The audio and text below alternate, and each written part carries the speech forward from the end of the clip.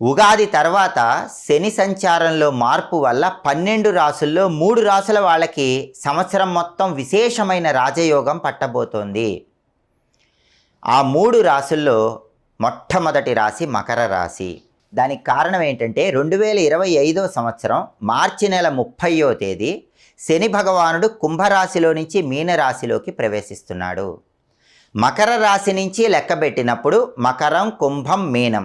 శని సంచారంలో మార్పు జరిగిన మీనరాశి 3వ రాశి అవుతుంది. అంటే మకర రాశి వాళ్ళకి ఉగాది తర్వాత శని భగవానుడు తృతీయంలో 3వ స్థానంలో సంచారం చేస్తున్నాడు. ఇది విశేషమైన రాజయోగాన్ని కలిగిస్తుంది.